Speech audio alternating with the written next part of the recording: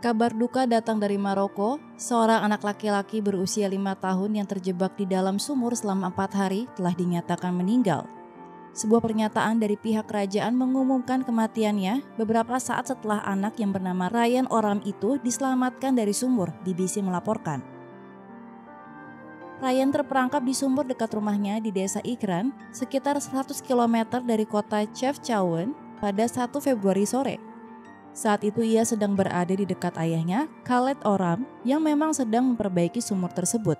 Namun ketika Khaled mengalihkan pandangan darinya, di saat itulah Ryan terjatuh ke sumur sedalam 32 meter.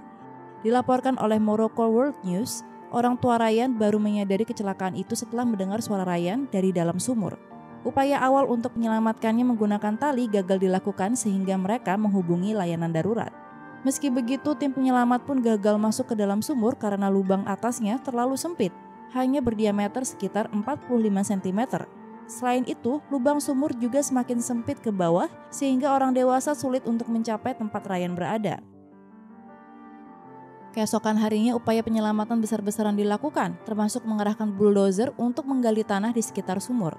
Tim penyelamat mulai menggali lubang yang sejajar dengan sumur dan berniat menggali secara horizontal ketika mencapai kedalaman yang sama dengan Ryan. Sayangnya operasi penggalian harus dilanjutkan dengan perlahan dan hati-hati karena tanah di area tersebut mudah longsor. Sementara itu tim penyelamat lainnya menurunkan pasokan oksigen, makanan dan air untuk Ryan, namun tidak jelas apakah ia bisa menggunakannya untuk bertahan hidup di dalam sumur. Upaya penyelamatan Ryan terus berlanjut hingga tanggal 3 Februari, di mana penggalian dilaporkan telah mendekatinya. Staf medis, ambulans, dan helikopter juga dikerahkan ke tempat kejadian untuk tetap siaga memberi keperluan medis bagi Ryan.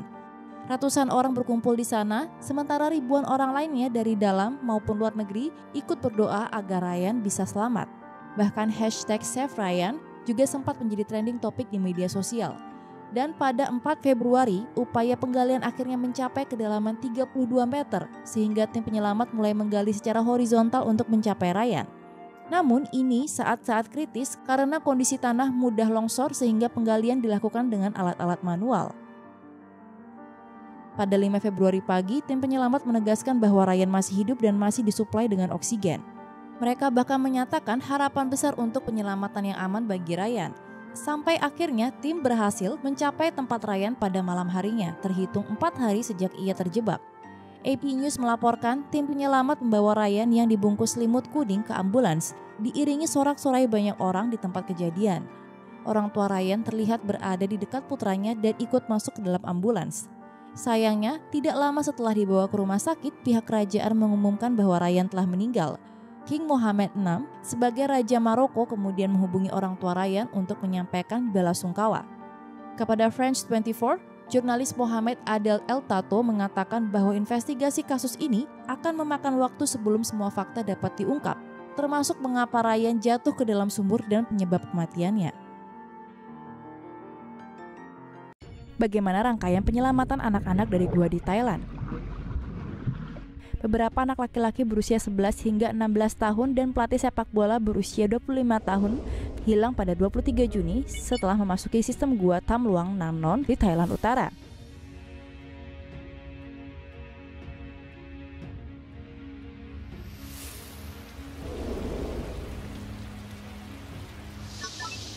Pihak berwenang menemukan jejak kaki dan cetakan tangan di pertigaan di dalam gua pada tanggal 24 Juni. Mereka juga menemukan ransel yang ditinggalkan kelompok itu. Pada tanggal 25 Juni, penyelam Angkatan Laut Kerajaan Thailand, SEAL, meluncurkan operasi penyelamatan, membawa tangki oksigen dan persediaan. Namun hujan deras menyebabkan banjir air di sistem gua meningkat, memaksa penyelamat kembali. Operasi ditangguhkan pada 28 Juni ketika sebuah pompa dibawa untuk mulai mengambil air. Pada 1 Juli, pusat komando didirikan di pintu masuk gua dengan tangki oksigen dan persediaan yang ditempatkan setiap 25 meter untuk membantu penyelam dalam upaya penyelamatan mereka. Tim pemain sepak bola dan pelatih mereka ditemukan pada 2 Juli di sebuah kantong yang berjarak sekitar 400 meter di belakang pantai Pattaya dan 800 hingga 1000 meter di bawah tanah.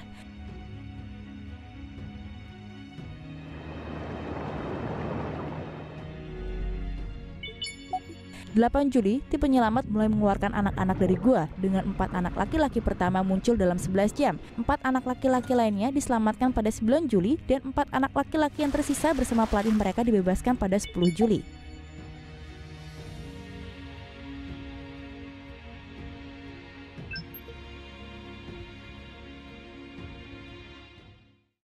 Korban gunung di Guatemala meningkat, ratusan menghilang. Upaya pemulihan telah lambat karena Guatemala berpacu melawan waktu untuk menemukan orang yang selamat. Awak darurat telah memulai kembali operasi pencarian dan penyelamatan di Guatemala setelah letusan Gunung Fuego yang telah menewaskan sedikitnya 99 orang dan dengan sekitar 200 orang masih hilang.